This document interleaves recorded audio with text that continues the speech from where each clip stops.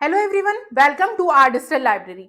I am doctor Khushi Sahu and आज का video बहुत ही स्पेशल होने वाला है। क्यों? क्योंकि जैसा कि आप लोग हमेशा मुझे देखते हैं कि मैं कुछ ना कुछ पढ़ाई के टॉपिक्स, एग्जाम से रिलेटेड वीडियोस कवर करती हूँ। लेकिन ये वीडियो बहुत ही स्पेशल है क्योंकि जो भी हमारे नए छोटे छोटे से जूनियर्स आए हैं वो बहुत ज़्यादा कंफ्यूज घूम रहे हैं। मैं अपने हॉस्पिटल में भी देख रही हूँ। जस्ट अभी 1 वीक के अराउंड हुआ है उनको ज्वाइन किए हुए। तो उनके मन में एक बहुत ज़्यादा डाउट है जो हमारे मन में भी था, हम सबके मन में था पहले। तो कोई भी नई बात नहीं है यहाँ पर और कोई भी डरने वाली बात नहीं है कि आप लोग इतने कंफ्यूज्ड हैं। आप कंफ्यूज्ड क्यों हैं, ये मैं आपको बताती हूँ। जैसे ही हम एडमिशन लेते हैं सबसे पहले हमारे पास ये एक रियलिटी है कि जो लोग एमबीबीएस का कॉलेज नहीं ले पाए, सिलेक्ट वो नहीं वहां पर नहीं हो पाए, तो एज अ सेकेंड चांस उन्हें आयुर्वेद लेना पड़ा। और ये कोई शर्म की बात भी नहीं है। एक एमबीबीएस के बराबर का ही कोर्स है हमारा बीएमएस। कोई छोटा बड़ा यहाँ पर आपको कोरिलेट करने की या किसी से सुनने की जरूरत नहीं है। पहली बात, यदि आपने बीएमएस में एडमिशन ले लिए हैं तो अब हमारे ये नहीं हो गया कि हमसे पूरी दुनिया छिन गई। एमबीबीएस करना था हमें, हमें बीएमएस मिल गया है तो अब हम बस हमारे 5 साल बर्बाद करें, ये नहीं है। मेडिकल ऑफिसर की पोस्ट, पीजी, एमडी, एमएस सब कुछ आयुर्वेद में अवेलेबल है। लेकिन इस ये भी आपकी क्वालिटी मांगता है। अब यदि आप नीट क्वालिफाइड हैं अराउंड सबके, यदि किसी ने गवर्नमेंट कॉलेज में एडमिशन लिया है स्पेशली, तो वो अ, थोड़े ना थोड़े बहुत मार्क्स से ही एमबीबीएस के लिए रह गए। यानी आपके अंदर पूरी कैपेबिलिटी है कि आप एक डिजर्विंग कैंडिडेट हैं इस सीट के। लेकिन फिर भी यहाँ पर कंफ्यूजन ये क्रिएट होता है कि मोस्टली बच्चे ये करते हैं कि उन्हें नीट की प्रिपरेशन करनी है अगेन। तो इसमें कोई भी शर्म की बात नहीं है। 2 लाख का बॉन्ड होता है। यदि आपका नीट में सिलेक्शन हो जाता है तो आप ये सीट छोड़ सकते हैं अपनी इच्छा पर। और यदि आप कंटिन्यू करना चाहते हैं तो आप पीएमएस में 5 साल बहुत अच्छे से पढ़ाई करके और जो भी आपके ड्रीम थे एज अ गुड डॉक्टर बनने का, वो आप अचीव कर सकते हैं। तो मैं यहाँ पर बात करने वाली हूँ कंफ्यूजन वाला पॉइंट जो स्पेशली है कि हमें बीएमएस में एडमिशन लेने के बाद 2 टाइप के स्टूडेंट मिलते हैं। एक जो पूरी तरीके से डेडिकेटेड हैं कि हमें नीट देना है अगले साल फिर से, और हम अपनी थोड़े बहुत मार्क्स से रह गए थे तो हम अपनी एमबीबीएस की सीट जो है नेक्स्ट ईयर कवर अप कर लेंगे।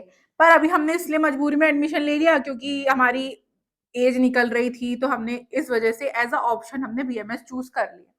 अभी हमको इसमें कोई इंटरेस्ट नहीं है।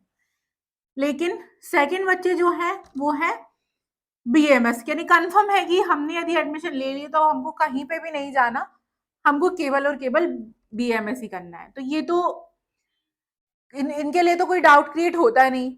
ठीक है, मस्ती मजाक पढ़ाई करते करते हमारे 5.5 साल निकल जाएंगे, हम पढ़ लेंगे अच्छे से और आ, हम अपना अच्छा कर लेंगे बीएमएस में।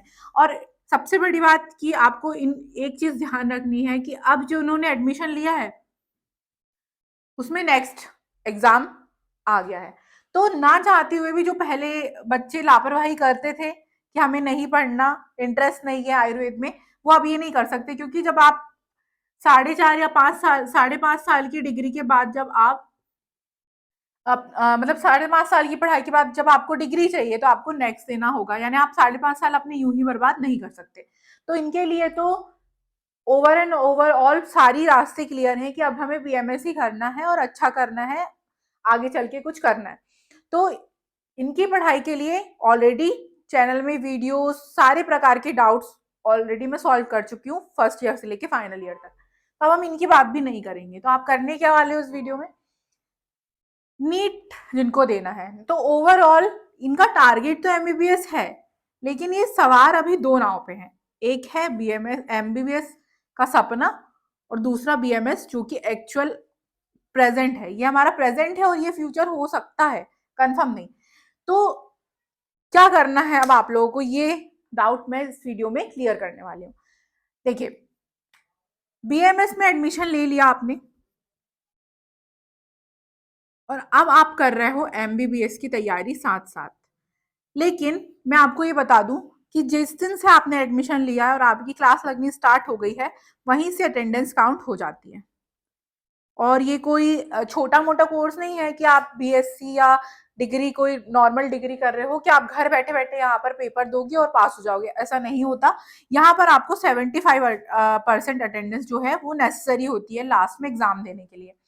और 1 साल बाद आपका एग्जाम होगा, यानी यदि आपने नवंबर में एडमिशन लिया है तो अगले नवंबर दिसंबर तक आपका जो एग्जाम है फर्स्ट ईयर का वो होगा।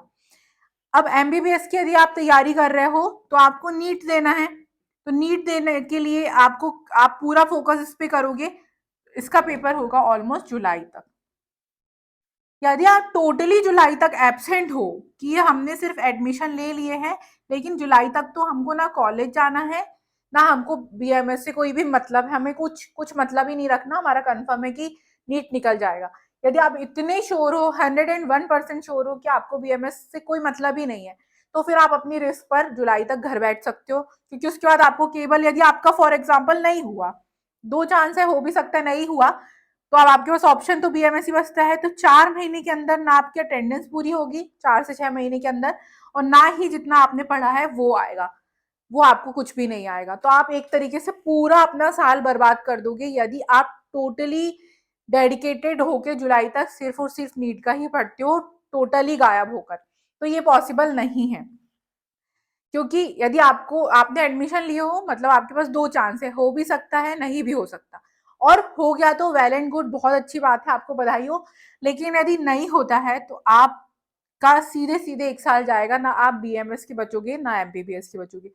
तो ये इस तरह का एक क्राइटेरिया है। तो अब हमको करना क्या चाहिए? अब तो आपने हमको और कंफ्यूज कर दिए, हम तो फोकस थे कि हमको नीट ही करना है, तो मैं अभी भी आपको फोकस्ड ही रख रही हूँ। बस मैं आपको ये बताना चाह रही हूँ कि आपको करना क्या है कि आपका बीएमएस भी ना छूटे और एक तरीके से आप प्रिपेयर्ड रहो एटलीस्ट एग्जाम देने के लिए, यदि आपका सिलेक्शन नहीं होता है तो यदि आप नीट की तैयारी कर रहे हो अलोंग विथ बीएमएस में एडमिशन लेकर, तो आपको ये करना है कि कुछ पॉइंट्स आपको ध्यान रखने हैं कि अटेंडेंस पूरी करने के लिए एटलीस्ट आपको कॉलेज जो है वो जाना है। अब कॉलेज जाओगे तो आपके पास टाइम कैसे मिलेगा? देखिए 10 बजे से लेकर मुश्किल से 4 या 5 बजे तक का कॉलेज होता है, यानी अराउंड 4 to 5 आवर्स आपको कॉलेज में देने होंगे, क्योंकि आपके 75% अटेंडेंस भी इससे कवर होगी। और जो भी आप फर्स्ट ईयर है, क्योंकि क्योंकि आयुर्वेद हमारे लिए बिल्कुल नया होता है, हमें संस्कृत नहीं आती, बहुत सी चीजें नहीं पता होती, बोरिंग लगती है, रोना आता है। तो स्टार्टिंग में यदि आप कॉलेज अटेंड करोगे तो आपका एक माइंड सेटअप हो जाएगा आगे को कंटिन्यू करने के लिए। तो यहाँ पर आपको कॉलेज अटेंड करना है। इसमें जितने भी लेक्चर्स होते हैं 1 2 3, जितनी भी क्लासेस होती हैं, आपको केवल और केवल इसको कॉलेज में ही सुनना है। अब वहां पे जब आप, क्योंकि स्टार्टिंग है यानी जुलाई तक आपको बहुत ज्यादा बर्डन नहीं पड़ेगा, मॉडर्न टॉपिक्स भी होंगे जो कि ऑलरेडी हम नीट में पढ़ के आते, तो आपके लिए वो फैमिलियर है। और जो आयुर्वेदा वाले टॉपिक्स हैं उनमें आपको थोड़ा थोड़ा ही टीचर्स स्टार्टिंग में पढ़ाते हैं, क्योंकि उनको भी बेस तैयार करना पड़ता। तो यहाँ पर यदि आप क्लास अटेंड करोगे तो एटलीस्ट आपका उन थोड़े से घंटे में बेस क्लियर रहेगा। और अभी जो नए बैच इंक्लूड कर दिए गए हैं उनमें बीच बीच में प्री टेस्ट एंड ऑल होते हैं, तो वो भी आपको देना जरूरी है, क्योंकि यदि वो आप प्रेजेंट नहीं रहोगे तो आपको लास्ट में ये एग्जाम देने ही नहीं मिलेगा, एक तरीके से आपका पूरा का पूरा साल ही बर्बाद है। तो अटेंडेंस के लिए कॉलेज अटेंड करना जरूरी है, और उसमें जितने भी लेक्चर्स हो रहे हैं उनको आप कॉपी में वहीं पर नोट करिए। अब नेक्स्ट बात क्या होती है कि अब जब हमने वहां पर पढ़ लिए, हमारे लिए सब नया है, तो हमको घर आके यदि हम फिर से यही पढ़ेंगे तो नीट का कैसे पढ़ेंगे? तो नहीं, आपको ये काम करना ही नहीं है। सिर्फ क्लास में ही आपको अच्छे से लेक्चर्स को सुनना है, दैट्स इट। उसके बाद आप घर आके अपना नीट का जितना फोकस है, जितना टाइम है, आप अपने नीट के लिए दे सकते हो, संडे वगैरह नीट के लिए दे सकते हो। एंड हो जैसे आपको आपके कॉलेज में बीच बीच में कुछ ना कुछ प्रोग्राम होते रहेंगे, या कभी ऐसा होगा कि ये क्लास नहीं है वो क्लास नहीं है, तो वो टाइम आप वेस्ट ना कर कर उसको अपने नीट में इंक्लूड कर सकते हो, यानी एमबीबीएस की तैयारी के लिए इंक्लूड कर सकते हो।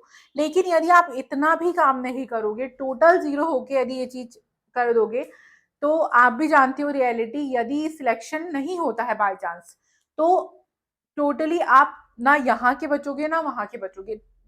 मैंने बहुत से लोगों को बर्बाद होते हुए देख चुकी हूँ अपनी, अभी मेरे 4 से 5 नीचे जूनियर्स का बैच है, तो उसमें यही हुआ है कि उन लोगों ने नीट की तैयारी पे फोकस किया, ना वो नीट के रहे, ना ही बीएमएस के रहे।